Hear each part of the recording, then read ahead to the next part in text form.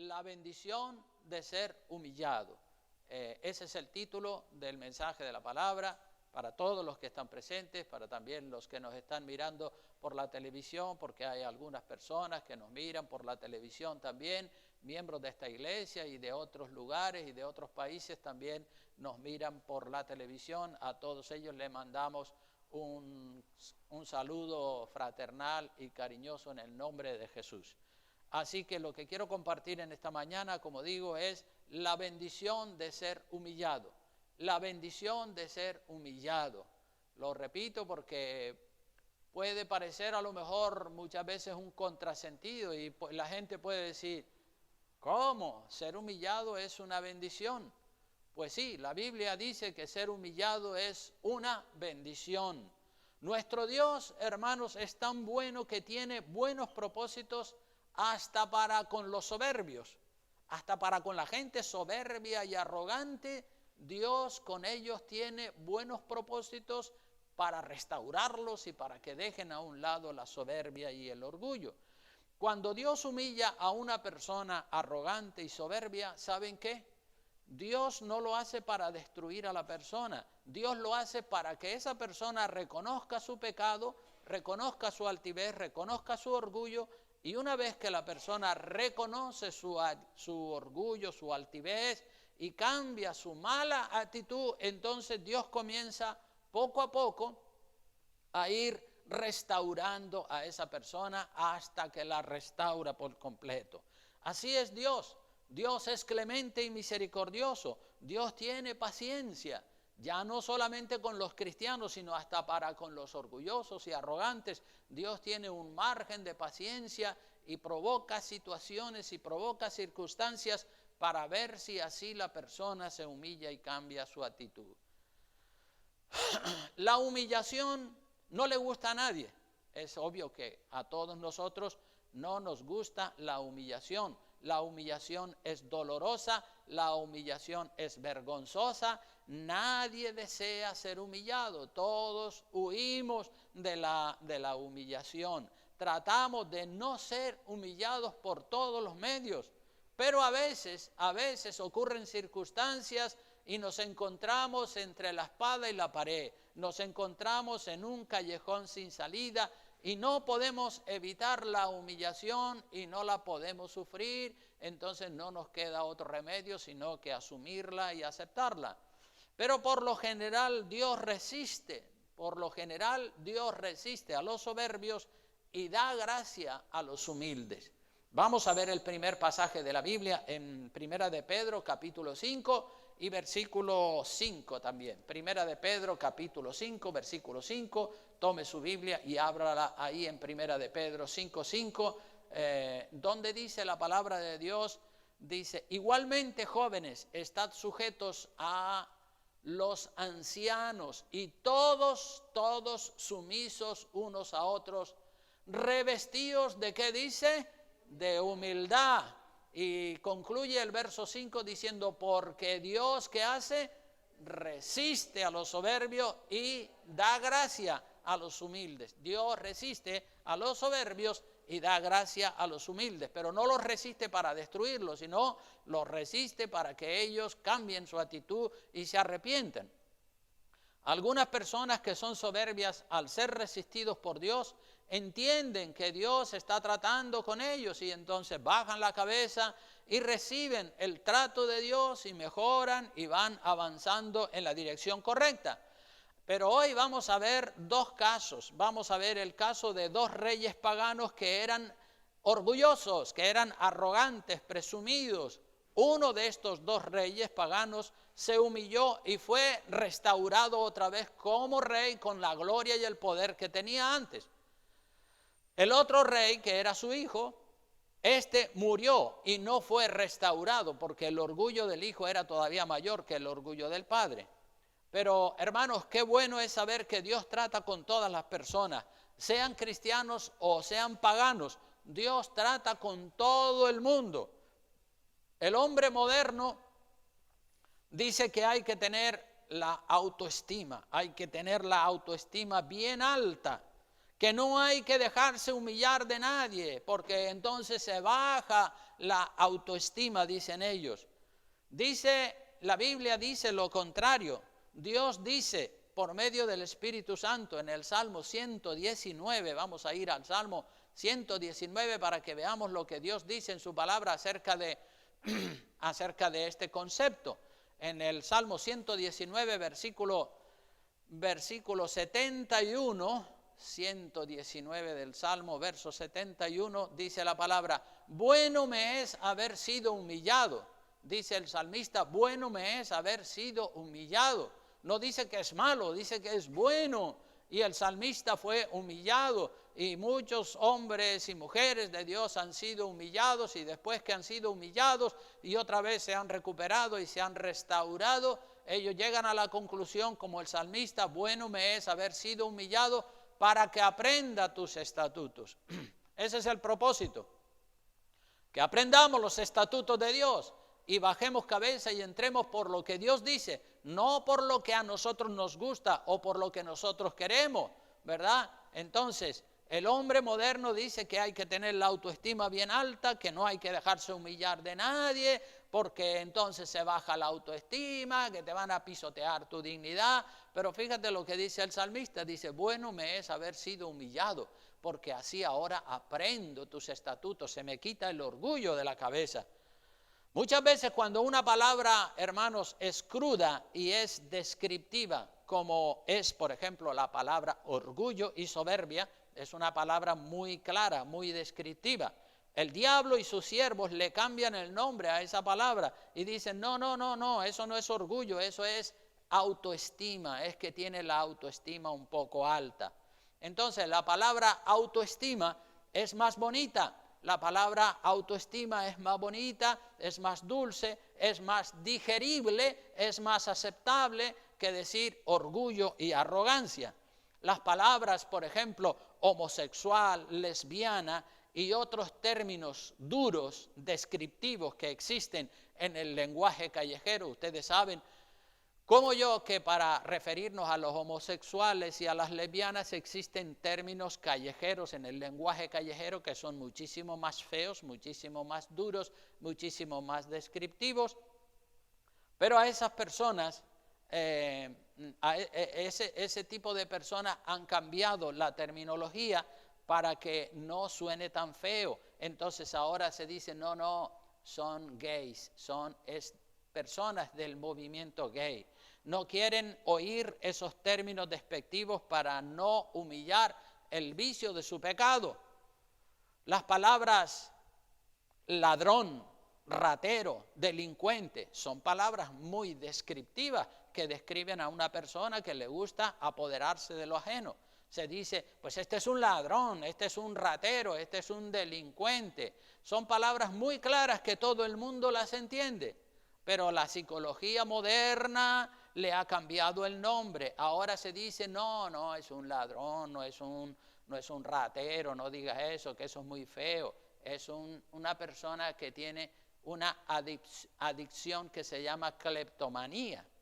Es lo mismo, pero no suena tan feo, porque una que no suena tan feo y otra que es una palabra que bueno, casi nadie la conoce.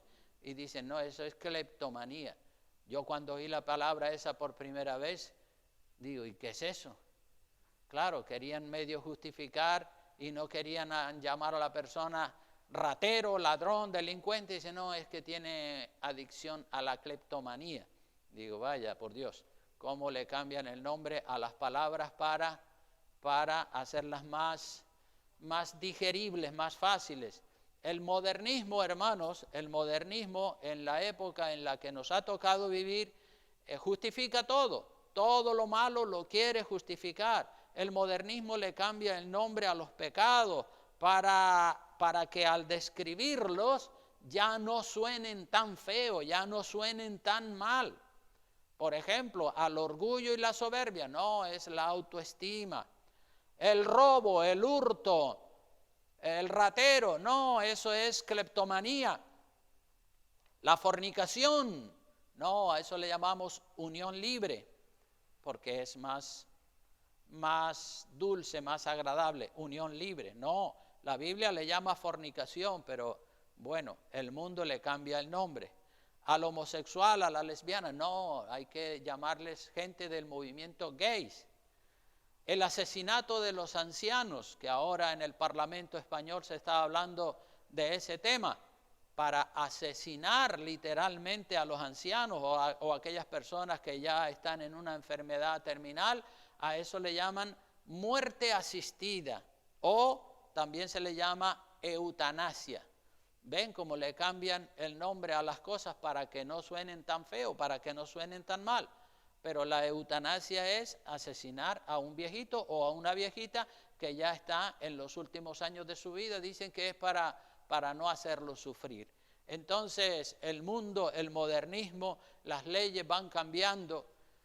Dice que eso es progreso, que eso son leyes más progresivas. Yo pienso que son progresivas, sí, pero progresivas hacia lo malo. Van progresando hacia lo malo, no hacia lo bueno. Pero bueno, vamos a ver el caso de los dos reyes que yo les estaba diciendo, esos dos reyes paganos que eran arrogantes, que eran presumidos y que eran orgullosos.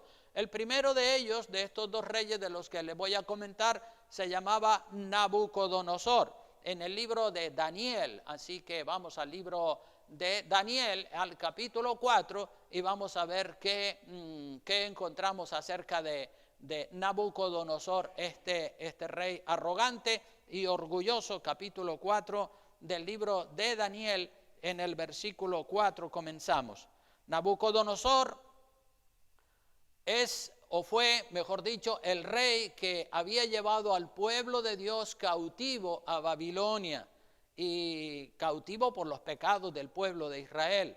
Nabucodonosor se sentía como un rey endiosado. Nabucodonosor se sentía como si él fuera Dios. Él estaba, Nabucodonosor, lleno de riqueza, de poder, de fama, de gloria, de honor, de salud. Era un rey, el rey más poderoso del mundo, y el orgullo se le había subido a la cabeza a este rey de una manera impresionante.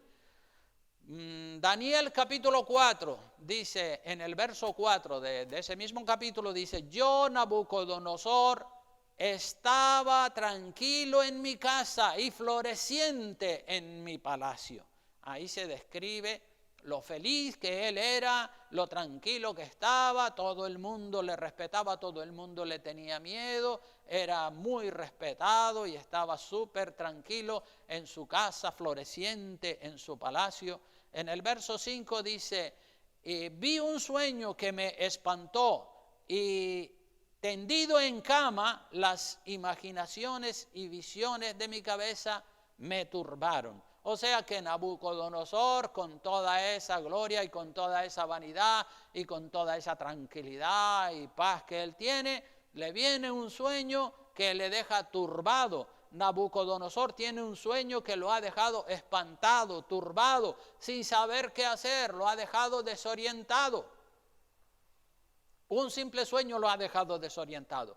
Versículos 6 y 7 dice: por esto mandé que vinieran delante de mí todos los sabios de Babilonia para que me mostrasen la interpretación del sueño. Vinieron magos, astrólogos, caldeos y adivinos, y les dije el sueño, pero no me pudieron mostrar su interpretación.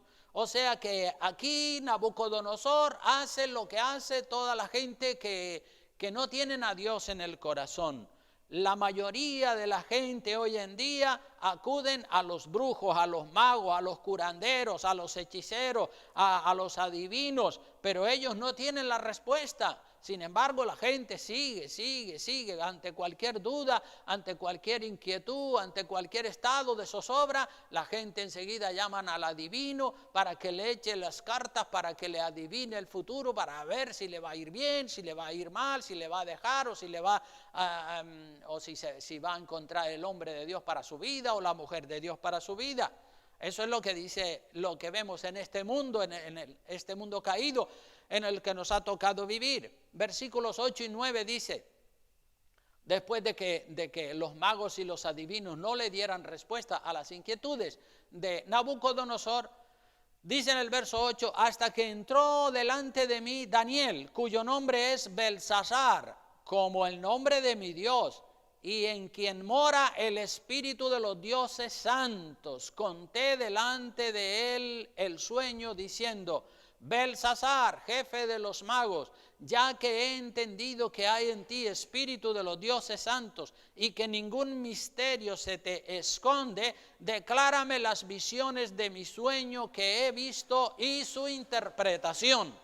O sea que las visiones y la interpretación, ahí está Daniel, varón de Dios, en quien mora el Espíritu de Dios, el Espíritu de los dioses santos, como dice Nabucodonosor, y este es el varón correcto al que hay que ir, ¿verdad? Y ojalá que la gente tuviera el discernimiento y dijeran, bueno, vamos a ir a buscar a Dios ante los problemas, ante la situación, ante las zozobras y las intrigas de la vida. Vamos a buscar a Dios, a ver qué es el plan que Dios tiene para con cada uno de nosotros. Pero la gente siempre, como digo, acuden a los brujos, a los curanderos, y nosotros estamos orando para que el Señor traiga convicción de pecado y la gente pueda volverse a Dios y acudir a Dios y dejar ya de acudir a tanta brujería y a tanta hechicería. Nabucodonosor le cuenta el sueño a Daniel, y el sueño que Nabucodonosor había tenido era un árbol. Él había visto en el sueño un árbol muy grande, muy grande, muy grande, que crecía y se hacía fuerte, y ese árbol llegaba hasta el cielo, y en ese árbol se posaban las aves del cielo y anidaban allí. Bueno, el sueño lo vamos a ir viendo a medida que Daniel le da la interpretación del sueño al rey Nabucodonosor. La interpretación del sueño comienza en el versículo 19 de este mismo capítulo 4.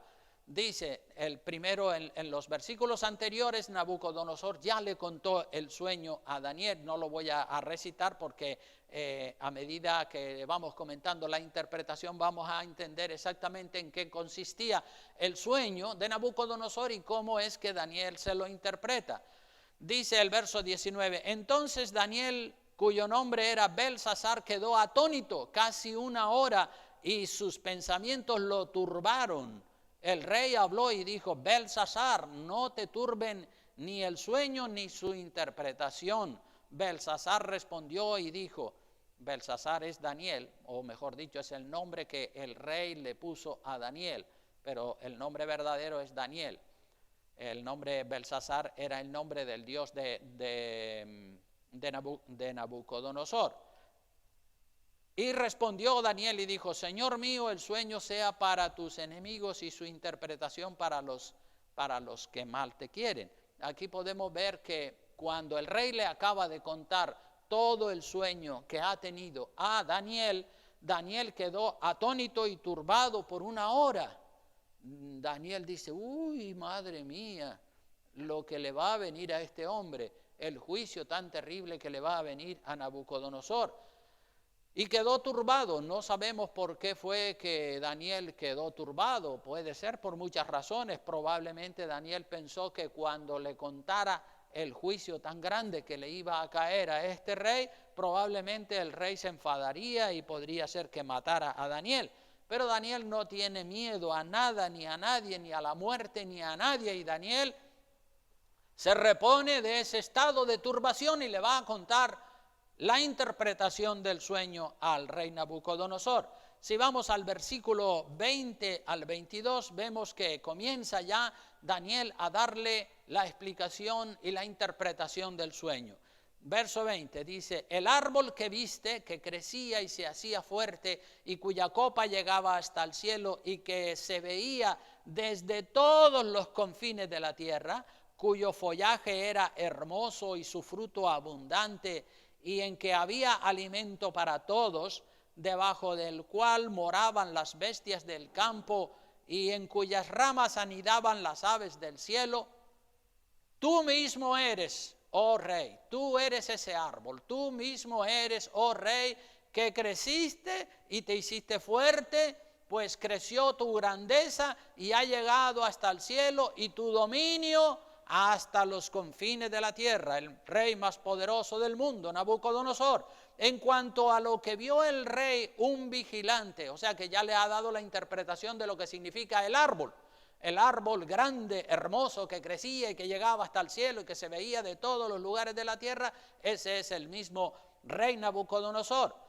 En cuanto, verso 23, en cuanto a lo que vio el rey, un vigilante y santo que descendía del cielo y decía: cortad el árbol y destruidlo, mas la cepa de sus raíces dejaréis en la tierra, con atadura de hierro y de bronce en la hierba del campo, y sea mojado con el rocío del cielo, y con las bestias del campo sea su parte, hasta que pasen sobre él 7 tiempos. Esta es la interpretación, oh rey, y la sentencia del Altísimo que ha venido sobre mi señor el rey. O sea que ya le acaba de interpretar lo que representa ese árbol enorme, como dije, representaba la gloria, la grandeza, el poder, el orgullo, la arrogancia, que como consecuencia de lo grande que era el dominio de Nabucodonosor, lo estaba endiosando como el rey de reyes, como si fuera rey.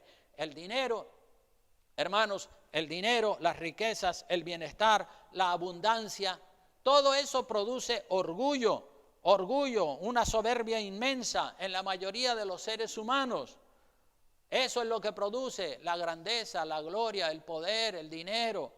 En palabras de Agur, vamos sin perder el libro de Daniel, vamos a ir al libro de Proverbios para que veamos lo que dice la Biblia acerca del dinero. Proverbios capítulo 30, versículos 8 y 9, dice la palabra de Dios allí lo siguiente. Proverbios 30, versículos 8 y 9. Dice la Escritura: vanidad y palabra mentirosa aparta de mí. Vanidad y palabra mentirosa aparta de mí. Esto lo dice Agur en el verso 1 del capítulo 30. Dice palabras de Agur, hijo de Jaque. O sea que no todos los proverbios son de Salomón, algunos son de otras personas. Igual que todos los salmos no es David el autor de todos, sino que hay varios autores en el libro de los salmos. Asimismo, en el libro de Proverbios tampoco no podemos atribuirle toda la sabiduría de los proverbios a Salomón. Una parte sí, pero la otra parte no. Entonces, capítulo 30, versículo 8 y 9 de ese libro, dice: vanidad y palabra mentirosa aparta de mí. No me des pobreza ni riquezas. Fíjense lo que pide el autor de este proverbio. No me des pobreza ni riqueza, manténme del pan necesario. Esto es sabiduría. No me des pobreza ni riqueza, manténme del pan necesario. Esto es lo que se llama equilibrio. Dice: no sea que me sacie y te niegue y diga: ¿quién es Jehová? O que siendo pobre hurte, robe y blasfeme el nombre de mi Dios. O sea que el autor del proverbio sabía que si tiene muchas riquezas y mucha gloria y mucho dinero y mucho poder, pues está saciado y negará al Señor y diga: ¿quién es Dios? ¿Para qué quiero a Dios? Yo no necesito a Dios. Tengo oro, tengo plata, tengo médicos, tengo profesores para que enseñen a mis hijos, tengo de todo. Eso es lo que le pasa a las sociedades ricas que tienen mucho dinero, le dan la espalda a Dios. Dicen el primer mundo, el mundo avanzado, Europa y todo eso, y Estados Unidos. Oh, sí, hay mucho dinero, y claro, como hay mucho dinero, pues la gente le da la espalda a Dios.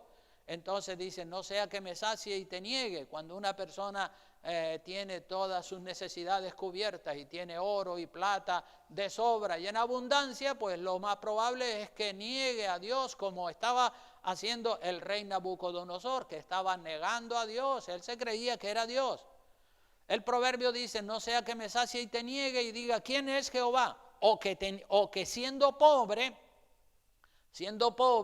y me escasea la comida, entonces vaya a dedicarme a robar, a hurtar, y entonces blasfeme contra Dios. Así que ni la pobreza extrema ni la riqueza demasiado grande es buena. Aquí vemos lo que puede producir la pobreza y la riqueza, ¿verdad? Ambas cosas son peligrosas, muy peligrosas. Entonces la humillación de Nabucodonosor tiene un propósito. La humillación de Nabucodonosor tiene un propósito. Vamos otra vez al libro de Daniel, donde estábamos anteriormente, en el verso 23. Pues ahí se ve como del 23 al 25 dice: en cuanto a lo que vio el rey, un vigilante santo que descendía del cielo y decía: cortad el árbol y destruidlo. O sea que ese árbol grande que representaba al rey Nabucodonosor había que cortarlo y destruirlo, pero la cepa, es decir, las raíces, había que dejarlas allí. Y ustedes saben que cuando un árbol es cortado, si no se arranca de raíz, pues las raíces vuelven otra vez a brotar. Entonces eso es lo que significa el verso 23. En cuanto a lo que vio el rey, un vigilante santo que descendía del cielo y decía: cortad del árbol y destruidlo, mas la cepa de sus raíces dejaréis en tierra con atadura de hierro y de bronce en la hierba del campo, y sea mojado con el rocío del cielo y con las bestias del campo, sea su parte hasta que pasen sobre él 7 tiempos. Y ahora Daniel le va a dar la interpretación. Ya le ha dado la interpretación de lo que significa el árbol, y ahora le va a dar la interpretación de lo que significa el hecho de dejar las raíces sin arrancar. Dice el verso 24: esta es la interpretación, oh rey, y la sentencia del Altísimo que ha venido sobre mi señor el rey. Verso 25: que te echarán de entre los hombres, y con las bestias del campo será tu morada, y con hierba del campo te apacentarán como a los bueyes, y con el rocío del cielo serás bañado, y 7 tiempos pasarán sobre ti hasta que conozcas, ahí está el propósito, hasta que conozcas que el Altísimo tiene dominio en el reino de los hombres y lo da a quien Él quiere, hasta que lo reconozcas. O sea que aquí hay un juicio, aquí hay un castigo, hasta que reconozca que el Altísimo tiene dominio y tiene el poder, y que Él le da el reino de los reyes de la tierra, Él se lo da a quien Él quiere. Hasta que no lo reconozca, no vas a ser restaurado, Nabucodonosor. El verso 26 dice: en cuanto a la orden de dejar en la tierra la cepa de las raíces del mismo árbol, significa que tu reino quedará firme luego que reconozcas que el cielo gobierna. Es decir, las raíces del árbol van a quedar ahí hasta que tú reconozcas, tu reino va a quedar firme. Es decir, en otras palabras, se va a abrir un paréntesis. Hasta que te humilles vas a estar como una bestia comiendo hierba en el campo, el rocío del cielo va a caer sobre tu cuerpo, y el tiempo que dura la humillación es hasta que bajes la cabeza, hasta que renuncies al orgullo y reconozcas que Dios es Rey de reyes, y que Él pone reyes y que quita reyes, y que Dios está por encima de todo. Hermanos, cuanto más grande es el orgullo, más dura el tiempo de la humillación, y más difícil se hace renunciar al orgullo. En el verso 26 tenemos ese paréntesis que Dios abre en espera de la reacción de Nabucodonosor. En cuanto a la orden de dejar, dice el verso 26, de dejar en la tierra la cepa de las raíces del mismo árbol, significa que tu reino quedará firme luego que reconozcas que el cielo gobierna. Es decir, tu reino va a quedar firme, se va a abrir un paréntesis, vas a ser quitado del trono, vas a tener que ir al campo a comer hierba, te van a crecer las uñas, te va a crecer el pelo, el rocío del campo va a caer sobre ti, y vas a estar ahí 7 tiempos comiendo hierba hasta que reconozcas que el cielo gobierna, que Dios gobierna. Por tanto, dice el verso 27, dice: por tanto, oh rey, acepta mi consejo, tus pecados redime con justicia, y tus iniquidades haciendo misericordias para con los oprimidos, pues tal vez será esto una prolongación de tu tranquilidad. El buen consejo que Daniel le está dando al rey. mira, rey, esto te voy a aconsejar, acepta mi consejo, escucha mi palabra, tus pecados redime, arrepiéntete de tus pecados, deja tu orgullo a un lado, empieza a hacer cosas buenas, empieza a tener misericordia para con los oprimidos y empieza a ayudarle a la gente pobre, porque seguramente si haces eso tus pecados van a comenzar a disminuir. Así que Daniel le da un buen consejo a este rey después de haberle revelado lo que es el juicio que va a venir sobre él. En otras palabras, le dice, deja de halagarte a ti mismo, deja la autocomplacencia, ponte a servir a los demás, porque por naturaleza el ser humano siempre es autocomplaciente consigo mismo y quiere todo lo mejor para sí mismo. Pero eso es justo lo contrario de lo que Dios nos pide. Dios nos pide que bendigamos, que seamos serviciales hacia los demás, sirviendo a los pobres y a los necesitados. Así es como uno puede mejorar su vida de cristiano. Pero vamos a seguir un poco más adelante con la historia del rey porque todavía no ha terminado. Y en el versículos 28, del 28 al 30, dice, todo esto vino sobre el rey Nabucodonosor. Al cabo de 12 meses, paseando en el palacio real de Babilonia, habló el rey y dijo, ¿no es esta la gran Babilonia que yo edifiqué para casa real con la fuerza de mi poder y para gloria de mi majestad? Repito lo que dijo el rey.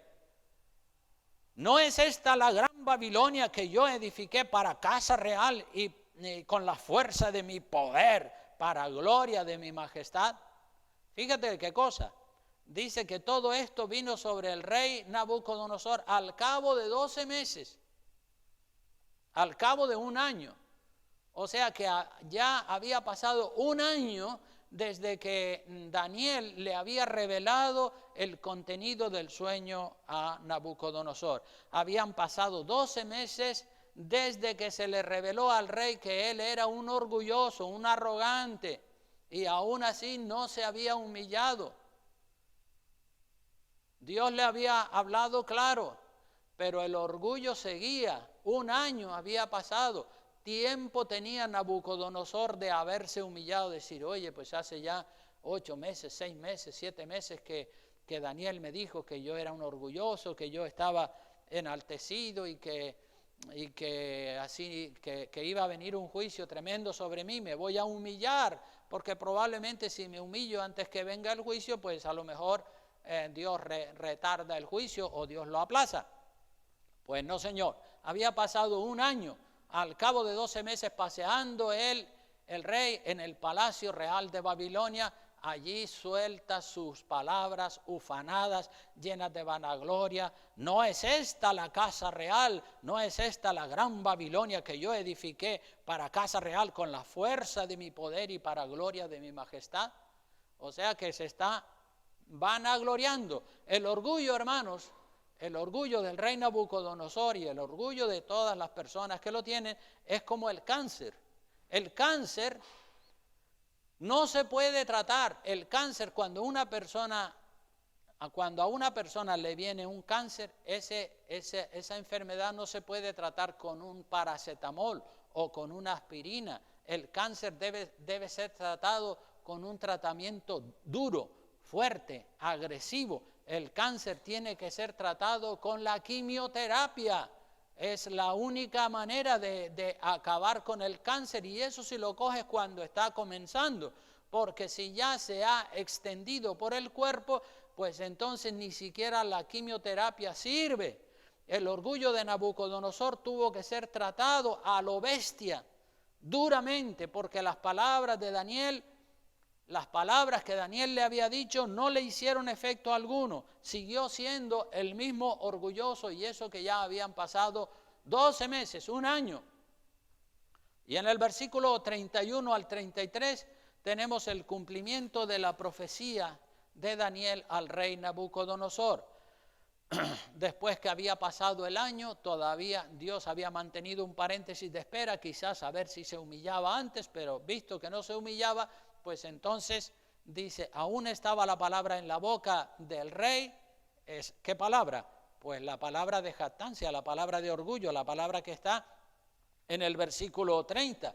Esa era la palabra. ¿No es esta la gran Babilonia que yo edifiqué para casa real con la fuerza de mi poder y para gloria de mi majestad? Mientras él estaba diciendo esa misma frase, dice, aún estaba, verso 31, la palabra en la boca del rey, cuando vino una voz del cielo: a ti se te dice, rey Nabucodonosor, el reino ha sido quitado de ti. O sea, que no había terminado de expresar esa frase de arrogancia y de orgullo, y sobre la marcha ya Dios dice, hasta aquí llegó, ya no te voy a aguantar ni siquiera un minuto más. Dice, el reino ha sido quitado de ti, verso 32, y de entre los hombres te arrojarán, y con las bestias del campo será tu habitación, y como a los bueyes te apacentarán, y 7 tiempos pasarán sobre ti. Otra vez se repite lo mismo de antes, hasta que reconozcas que el Altísimo tiene dominio en el reino de los hombres y lo da a quien Él quiere.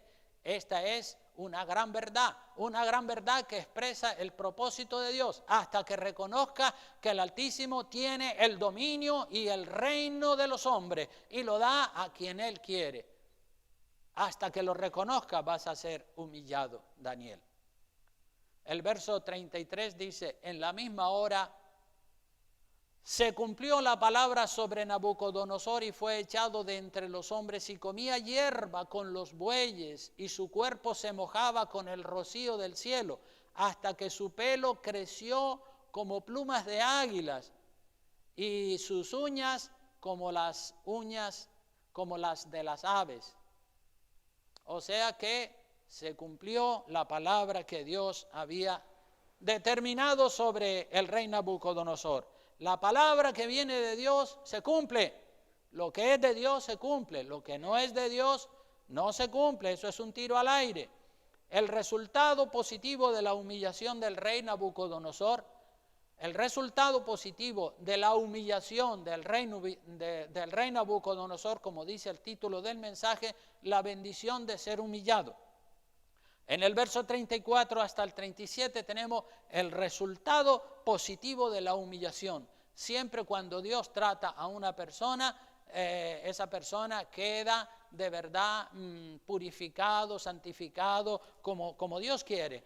Dice el verso 34, mas al fin del tiempo, yo Nabucodonosor, es decir, cuando se pasó el tiempo, como dice el verso 32, dice, hasta que reconozcas que el Altísimo tiene dominio en el reino de los hombres y lo da a quien Él quiere. Bueno, pues cuando ya llegó el fin de los tiempos, los 7 tiempos pasaron, la humillación aguantó todo el tiempo que tenía que aguantar hasta que Nabucodonosor reconoció que Dios está por encima de los hombres.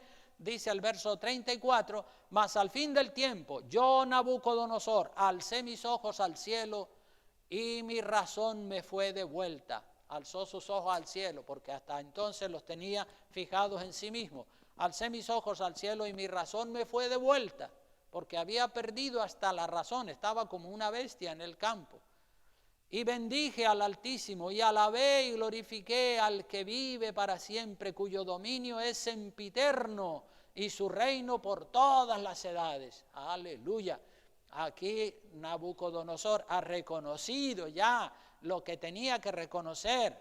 Dice, todos los habitantes, verso 35, de la tierra son considerados como nada.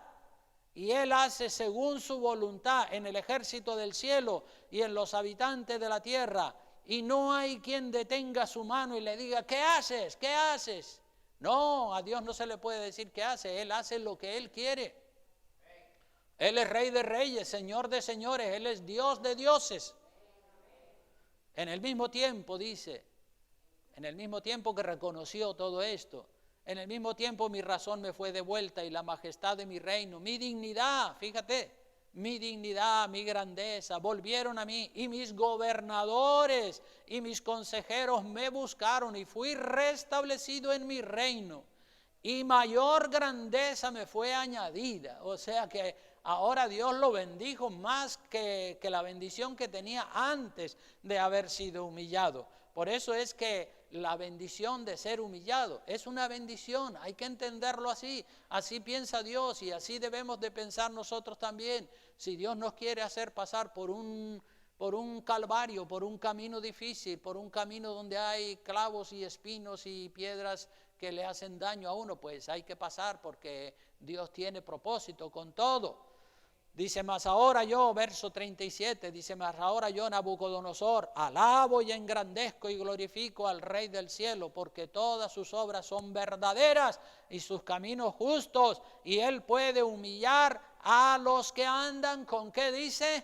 Con soberbia. Él los puede humillar y de hecho lo hace porque ama al mundo, pero claro, hay personas que no se quieren dejar humillar. La disciplina, hermanos, el castigo, el trato de Dios, la humillación, es una bendición muy grande y restaura a la persona y la pone en la perfecta voluntad de Dios.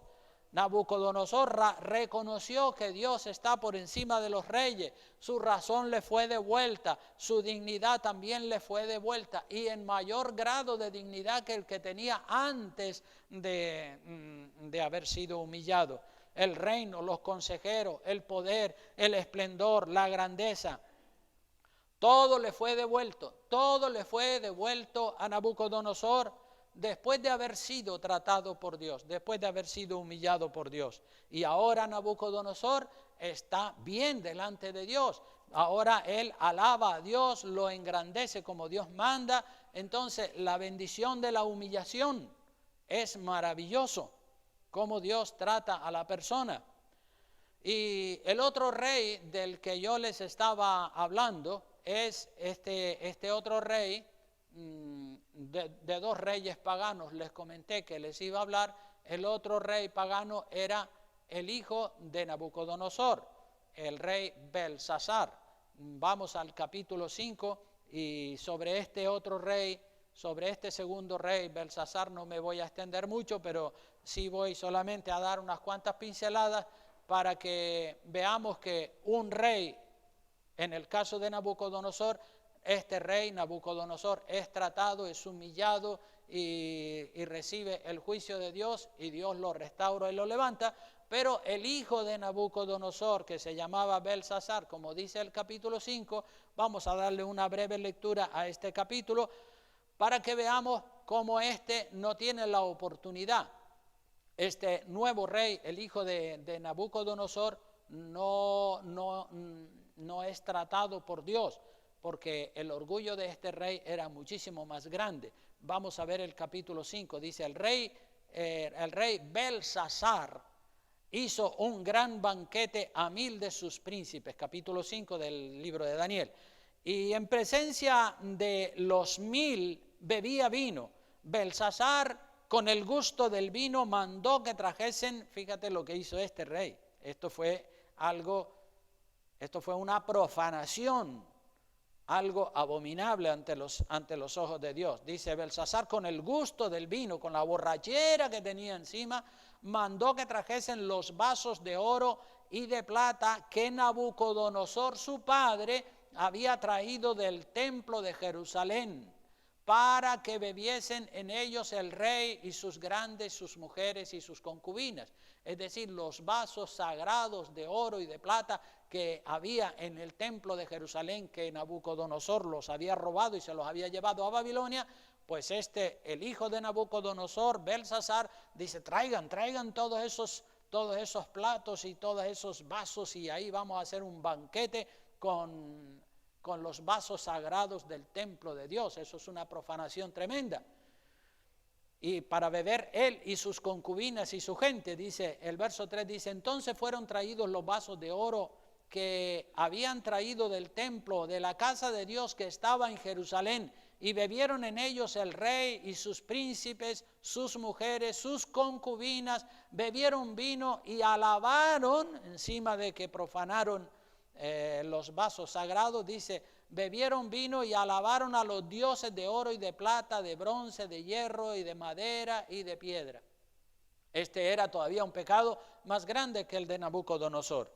En aquella misma hora, dice el verso 5, aparecieron los dedos de una mano de hombre que escribía delante del candelero sobre lo encalado de la pared del palacio real, y el rey veía la mano que escribía. Entonces el rey palideció y sus pensamientos lo turbaron, y se debilitaron sus lomos y sus rodillas daban la una contra la otra. Comenzó el hombre a temblar.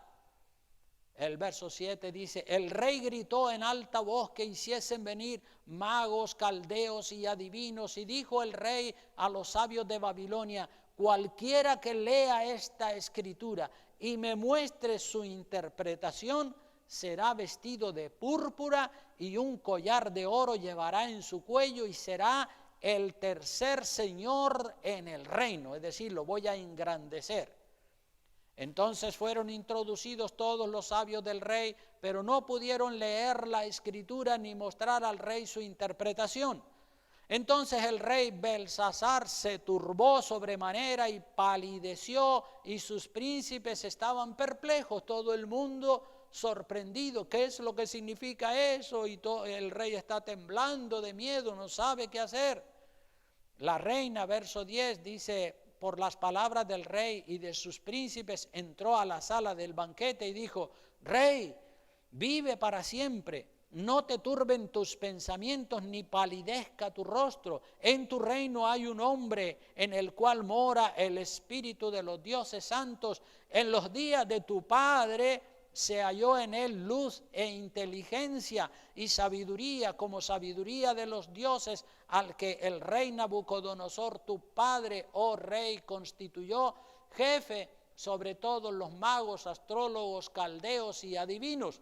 O sea que aquí están recurriendo otra vez a Daniel, igual que Nabucodonosor había recurrido a Daniel para que le interpretara sus sueños. También Belsasar, el hijo de Nabucodonosor, acude a Daniel para que Daniel le dé la interpretación de esta visión, de esa mano que está escribiendo en la pared.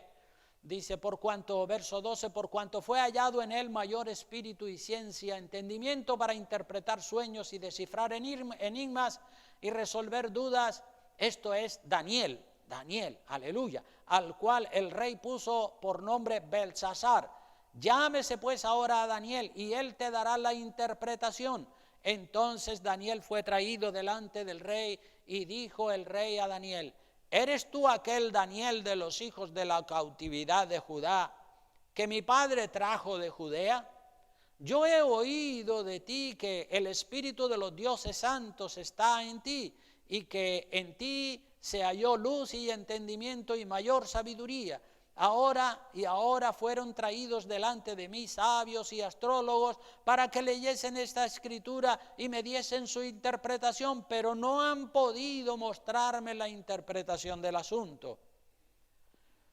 Yo pues, verso 16, he oído de ti que puedes dar interpretaciones y resolver dificultades. Gloria a Dios, los hombres de Dios que están guiados por el Espíritu Santo pueden resolver dificultades, pueden encontrar la respuesta a situaciones y a dudas muy difíciles. Si ahora puedes leer esta escritura y darme su interpretación, serás vestido de púrpura y un collar de oro llevarás en tu cuello, y serás el tercer señor en el reino. Entonces Daniel respondió y dijo delante del rey: tus dones, tus regalos, sean para ti, y da tus recompensas a otros. Leeré la escritura al rey y le daré la interpretación. El Altísimo Dios, oh rey, dio a Nabucodonosor tu padre el reino y la grandeza, la gloria, la majestad, y por la grandeza que le dio, todos los pueblos, naciones y lenguas temblaban y temían delante de él. A quien quería, Nabucodonosor, a quien quería mataba, y a quien quería daba vida.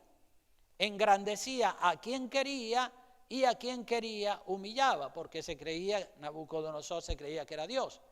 Mas cuando su corazón se ensoberbeció y su espíritu se endureció en su orgullo, fue depuesto del trono de su reino y despojado de su gloria, y fue echado de entre los hijos de los hombres, y su mente se hizo semejante a la de las bestias, con los asnos monteses fue su morada, hierba le hicieron comer como buey, y su cuerpo fue mojado con el rocío del cielo, hasta que reconoció que el Altísimo Dios tiene dominio sobre el reino de los hombres y que pone sobre él al que le place, dice Daniel al rey Belsasar. Y tú, verso 22, su hijo Belsasar, no has humillado tu corazón, sabiendo todo esto. Es decir, tienes un precedente ahí, viste lo que le pasó a tu padre y tú sigues el camino de tu padre, incluso haces peor que tu padre.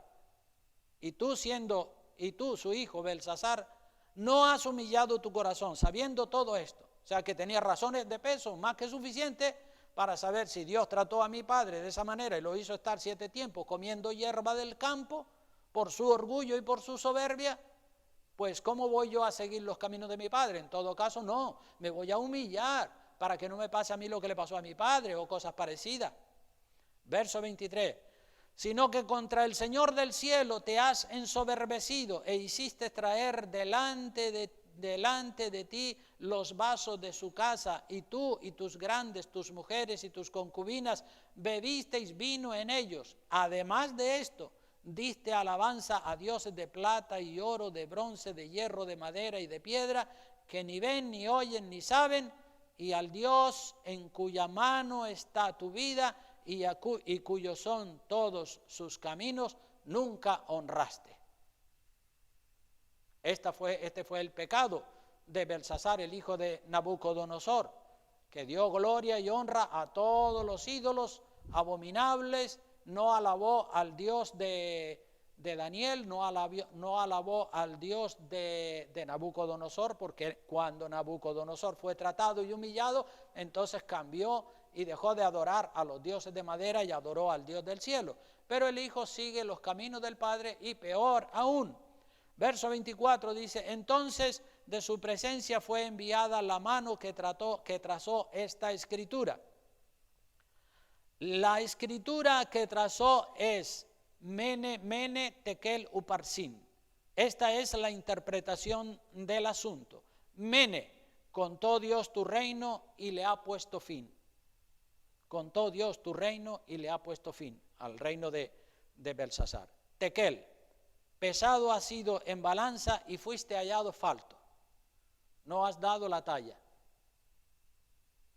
Pérez, tu reino ha sido roto y dado a los medos y a los persas. Entonces mandó Belsasar vestir a Daniel de púrpura y poner en su cuello un collar de oro y proclamar que él era el tercer señor del reino. La misma noche fue muerto Belsasar, rey de los caldeos, y Darío de Media tomó su reino siendo de 62 años. O sea que aquí vemos que Belsasar es cortado. Ni siquiera a Belsasar se le da la oportunidad de ser tratado por Dios.